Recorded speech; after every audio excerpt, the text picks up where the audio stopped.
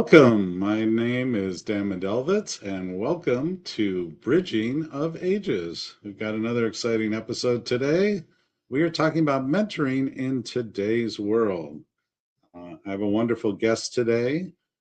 Today we're talking about mentoring in today's world, not just mentoring how it's been, but mentoring how it's going to become. And it evolves just like everything else, and we really need to know how to meet really the new workplace needs and dynamics of different ages and different experience levels.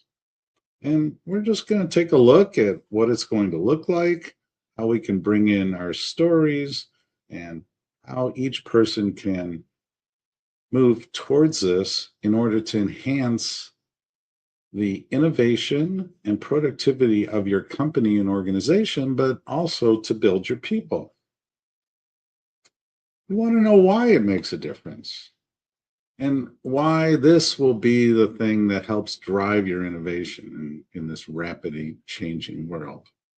Because as we've said on previous shows, you can't substitute for experience. However, that experience, when it's melded with new and exciting and innovative ideas, becomes extremely powerful. So we want you to be able to really recognize that unique value in yourself. And it really helps you snap back and come back from those disasters or mistakes that happen in everyday life. So my guest today is David Chametzky, and he knows a lot about reinventing himself and finding the right mentorship. And David is a deep message expert. He's a speaker, an author, podcast host, and a producer. A true pathfinder with a mission to uplift lives in every way by empowering individuals and groups day to day. Through his content and his teachings, he brings insight and a unique guiding principle so others can grow and overcome obstacles. Dave Chametzky knows from experience that your story's power is uniquely you. He really comes across with that power of story. Dave knows that sharing your story becomes an important part of your gift to others and to the world you touch.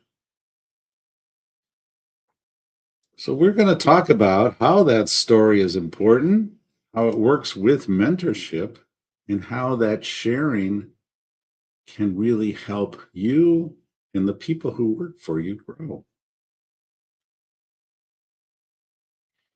So after a message from our sponsor, Dave will be joining us as our guest on another episode of Bridging of Ages.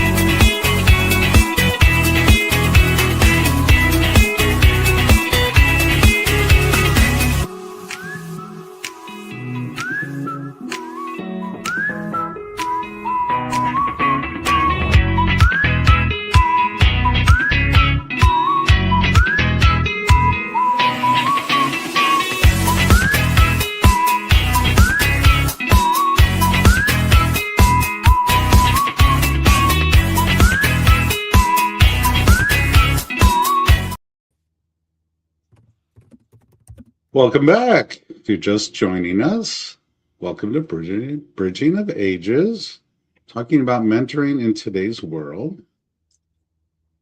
My guest today is Dave Chametzky, and I'm looking forward to a wonderful conversation. Welcome, Dave. Hey, how's it going, Dan? How you doing today? Good, thank you. Um, I was reading some of your material, and you talk about the power of the person's story Sure. and how that really matters and how they can bring it out. I always talk about how experience matters, and that becomes an integral part of your story. And I just wanted to hear from you on how you start with that story and how it becomes so relevant in the work that people do. Well, your story is how you got there, right? Sometimes you're put in a position. I mean, that's what leadership is being sometimes put in a position that you're not prepared for or you didn't think you were going to lead. So same thing with mentorship, knowing your story. I've sat with so many people going, I don't really have a story. And then you start talking to them and then they're like, "Oh yeah, by the way, I'm the best underwater basket weaver in the world." I'm like, "What?" That's part of your story. Um, so we don't always realize it, and I've fallen into that same place where I didn't realize my expertise until I started talking to other people who didn't experience it or couldn't see it for themselves. And once you do that, that's where your story is, and you start crafting your story to have that aligned message, which becomes so much more powerful. That's great. I also noticed that you use this term heart message and Yeah. just help our audience kind of understand what that is. Well, the past month is the heart has really been kind of into me. I had a little medical situation where the heart, Hmm. I've always called myself a heart-centered person. It's the old phrase wearing your heart on your sleeve.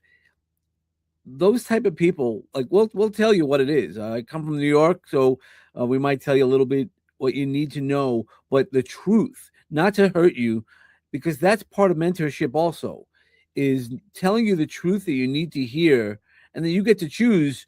Do you want to do something with it or not? I always say I'm not the right flavor for everybody, but knowing your story and telling you some of the truth that you need to hear. I mean, really growing up, part of my story is I wish somebody would have told me some of the truth that they felt. Even my friends, close friends, at one point, I said, "Oh man, I just realized something," and they're like, "Oh yeah, I knew that." I was like, "Oh, why don't you tell me?" I mean, that's what true mentorship is. Is different than friendship, but it can lead to friendship or that special safe space I talk about. When we're in here, sort of like on your show, when we're in here, we feel safe. We can say what needs to be said, as long as it's respectfully. Then we can learn and move forward. That's wonderful. And, and especially sometimes that's hard in the business world to be able to tell those truths. Um, I know I like to work with that tough love. I like receiving it, and I'm also willing to give it. But I like your idea where you're kind of wrapping it around with their story. So if you were mentoring somebody, how would you help them bring out their story? Well, first I build up some rapport, right? Nobody wants to tell. Hmm. I don't. If I didn't know you, Dan, I wouldn't tell you my story. Of And course. you have to start there. It all starts with waiting for that window to crack. When I was working in recovery, I used to say, you know, when you're not open to anything else, your window is closed. And when you open it wide open, a lot of great things could happen at it. But at the beginning, a lot of times we just open that window in the crack. Like during the winter, you might need some fresh air, but not might not want to open the window completely. So once that crack is open, there's the opportunity of magic happening. And I just try to figure out ways to get in, and I've been successful just by people who know me. Word of mouth has been great in terms of telling people, what I do, and part of my Uncle Daveness is what I call is just that safe space. I might say some things a little harsher than somebody needs, uh, but they know that we can then talk about it. If I've said something wrong, it becomes a conversation and allows them the permission to, hey, Dave, man, that was a little harsh. Why'd you say that? Or how did you see that? And, it leads to more conversation. And that's what mentorship really is conversations. It's not just sending in a play and telling you, Dan, you better do this and you'll get the results that I got. That's wonderful. I really like your concept of really just being honest with them and building that trust. Uh, and it also, I like that you're able to get them to the point where they can also tell it back to you and say, hey, that hurt. Or what do you mean by that? Or something like that. A lot of what we talk about here is the differences in the ages and the um, experience levels. Sure. And also, when I've talked about the mentoring, we talk about it being a two-way street because I'm sure you felt this. Whenever I'm in a mentoring situation, if we're not both learning, I don't find it to be a success. I think that's right. We can learn from everybody. We might have more book smart or just see things differently. That's where as humans we need other people. There's no way around it. We need the human contact, whatever that means. It doesn't always have to be physical. It's just that conversation and bringing us to those different levels. And that's why you need somebody, even a mentee, to be able to speak up and be like, hey, that's not how I see it, and give you a different point of view, right? If we walk in there, I'm the smartest guy in the room and I'm going to tell you what to do. That works for a lot of people, but that doesn't work, at least in my world. I always, want to say I'm smart, but I might not know all the answers. And if I don't know the answers, I'll find the answers. And just a different style. So I had a client one time who asked me, why can't I get this book out? And I told him a little harshly. And he got angry. He goes, we're not going to work anymore together. Okay, I'm sorry. I apologize. I'm not trying to hurt you. I knew the person for a while, so it wasn't somebody that I didn't know. And Mhm. recently he was like, Dave, I still haven't done the book. I go, I know. I'm watching. I go, I'm your friend. He goes, I need Uncle Dave. And we're finishing up his book. So it's really, sometimes we're not ready to get to that level. And sometimes Mhm. harshness isn't what we need at that time. I have been guilty of being harsh, and I try to watch what I do. I've learned I'm definitely not the person who I was because I've had mentors and learned from my mentors. And when people feel Mhm. comfortable talking to me about the growth and what they need, I become more self-aware. That's a huge task that what a lot of people and coaches don't always do. It's, I'm going to tell you what to do. I'm great. I'm wonderful.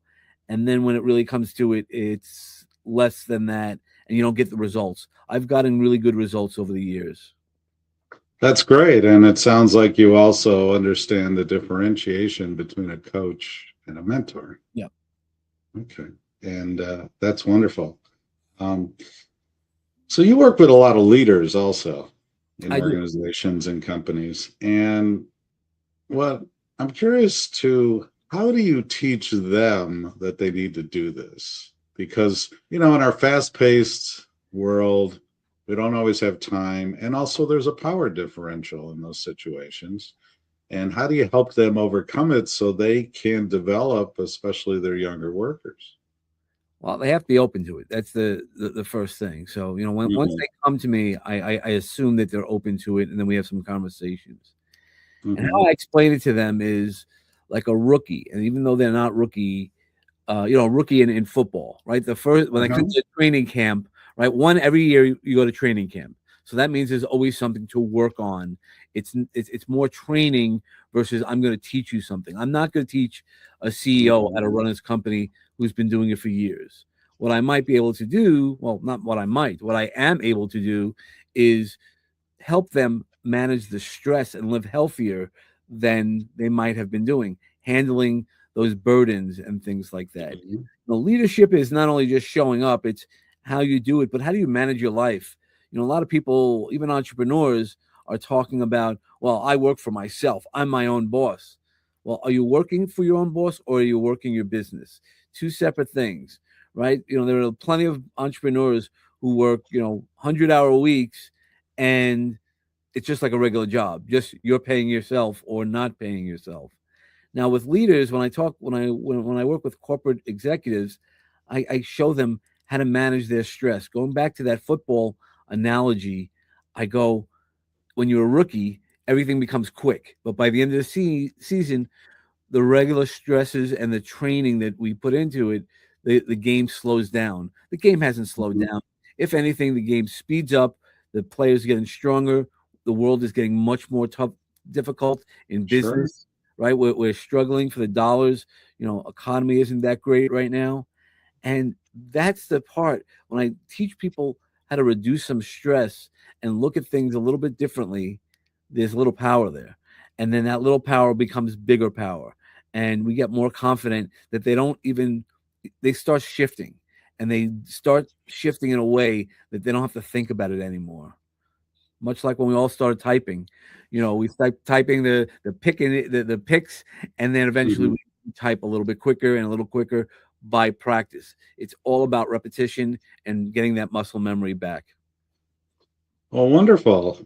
Just wanted to ask you, we're going to take a short break here for one of our sponsors, but before we go, I just wanted to ask you, how you approach teaching the mentoring for people who are different ages and experiences.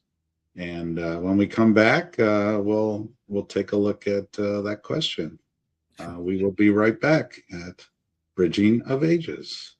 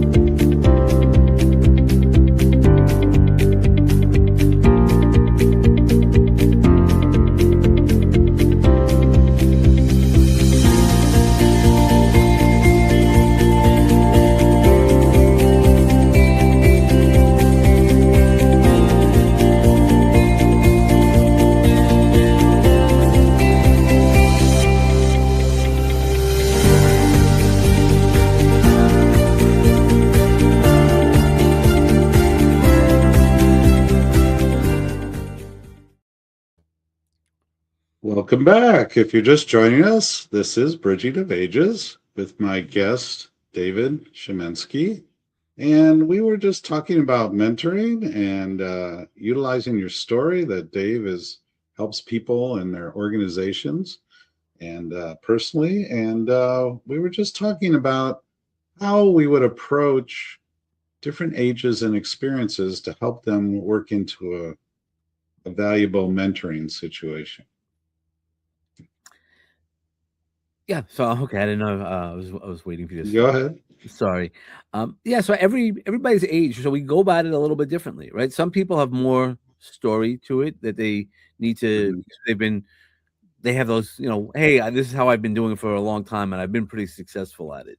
So we try to look at building off for somebody who has been in the corporate world a lot longer, build off their successes and remind them some things, and then also see where you can fine tune. It's a more of a recalibration, and then a wholesale change, and the constant training around that, the constant working around that, because life will come through us and give us challenges all over.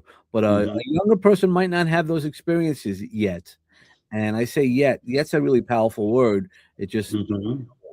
because that means they aspire to have that, and really what you have to do is look at those things and being able to push it out differently. With the younger person, they might have all these different ideas. They are growing up in a different world than I grew up, but Mhm. understanding their needs are really the same. They just might come at it a little differently. And the work environment is different, right? There might be some more blended scenarios. You might not be in the office as much, and there's advantages to both. And not every boss is the same. So when you're working with a young person, you want to see that. And even with all the older people who might not be the CEO, they might be, mid-level executives who figure out how to manage up and down. And also, corporate America is really challenging right now.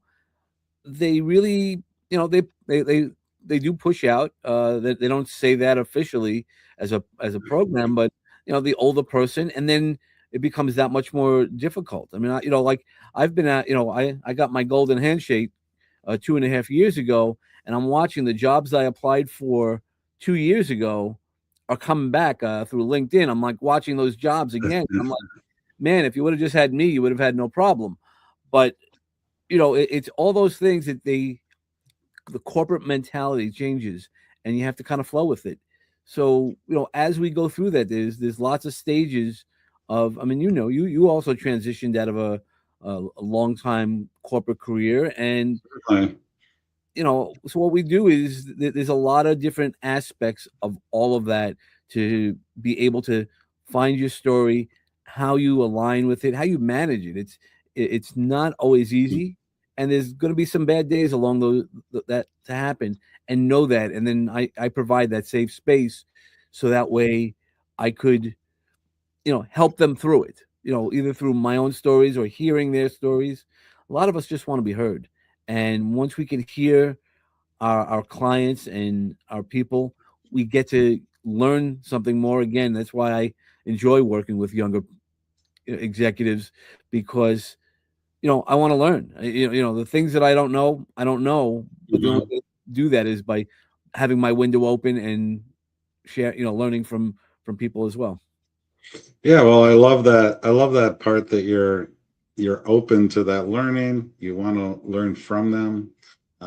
That you help them find their story. Also, I think sometimes when we're kind of in the heat of battle, we forget about what it was like when we first did something.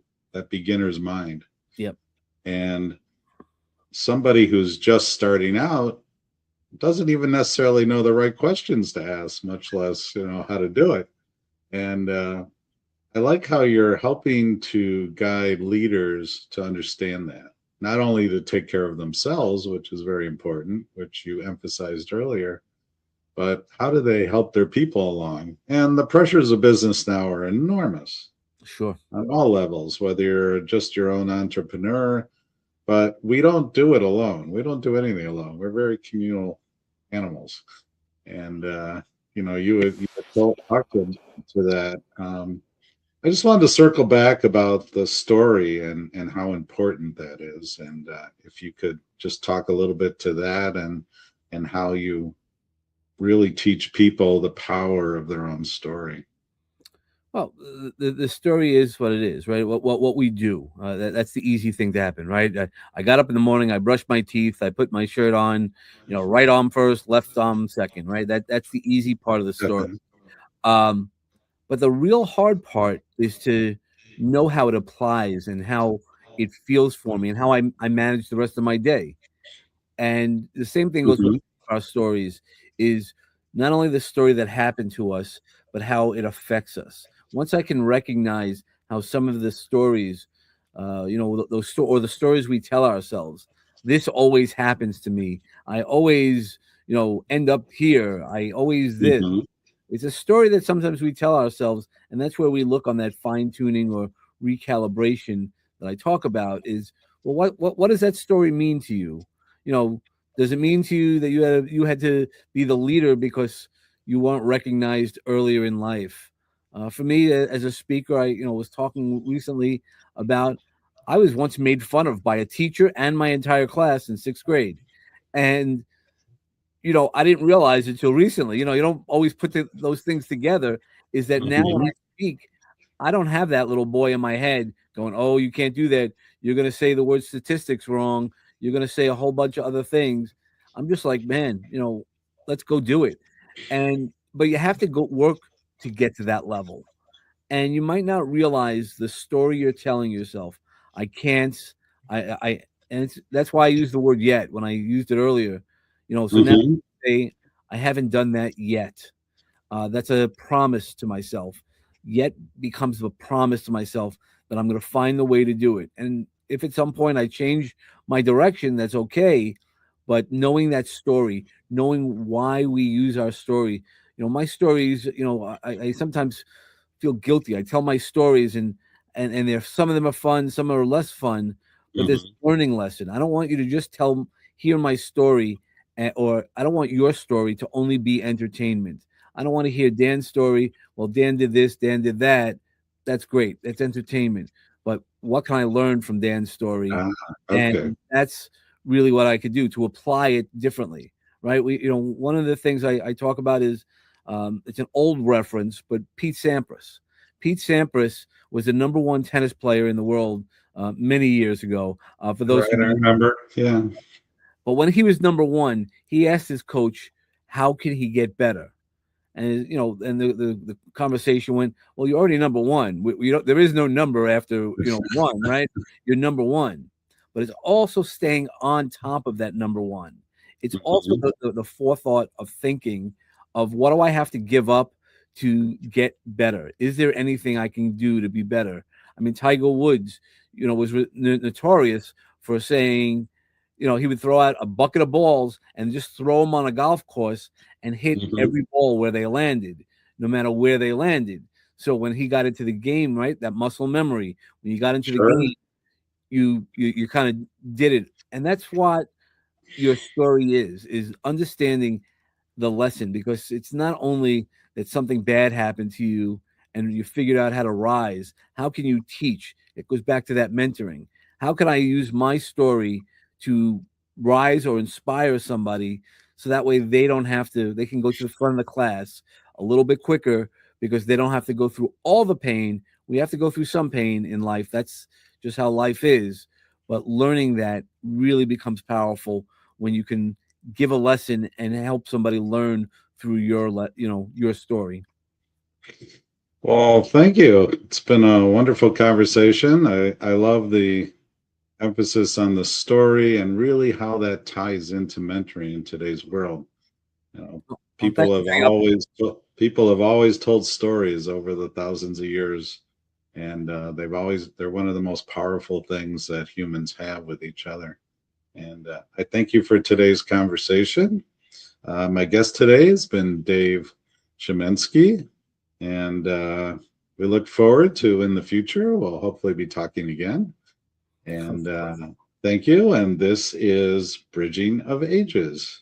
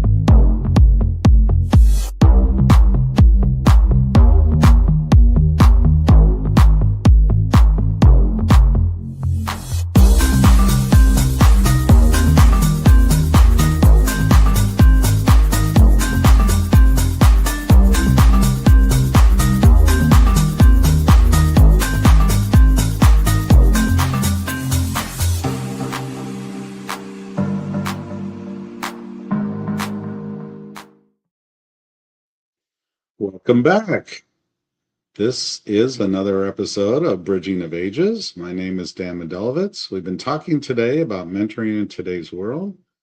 My guest today has been Dave Chametzky, and I want to thank you, Dave, for being with us. Uh, we're going to talk a little bit about some of the action items that you can move forward with that came from our wonderful conversation today. Let's look at some of the things that you can do moving forward. Action item number one, set up mentoring as a conversation. As Dave talked about, that conversation is vital. It really has to be a two-way street. If your mentoring isn't going both ways, you're not both learning, and it's really not as successful as it could be. You can't just talk down to the person that you're mentoring. You have to have that mutual respect. Dave talked about having that trust, being able to give somebody the tough love. So if you set it up as a conversation, it really has a much better chance of working and being successful. Action item 2, remove age barriers to mentoring. So don't just think about, oh, the older person gets to mentor the younger person. Think about it can go both ways. You can have the younger person, less experienced person, also mentoring the older person, more experienced person, because the experiences are different. People grow up in a different environment. You have the wonderful opportunity to meld those two sets of experience. So if you teach the mentor and the mentee, like going back to the first action item, it really becomes a conversation. Action item 3, train your leadership. Leadership really has to buy into this in order to create mentoring in today's world. Without that leadership training and buy-in, it's not going to succeed. We all get extremely busy. We're working hard. There's a lot of pressures in today's world, in the business world, whether you're a small company or a very large one. However, if we don't take the time to train your leadership and make sure that they make time and that they're given the assignments to the people and making sure that time is officially carved out for that mentoring, it's going to be difficult to succeed. And the tip of the day today is, without stories, mentoring cannot flourish. Dave talked about the importance of your story and bringing that out, and not just looking at the surface part of that, but deep down, what is your real story? People have been telling stories to each other from the beginning of time. And stories are incredibly powerful. And when you understand your own story, mentoring can really flourish. And you can help the person that you are mentoring understand their story.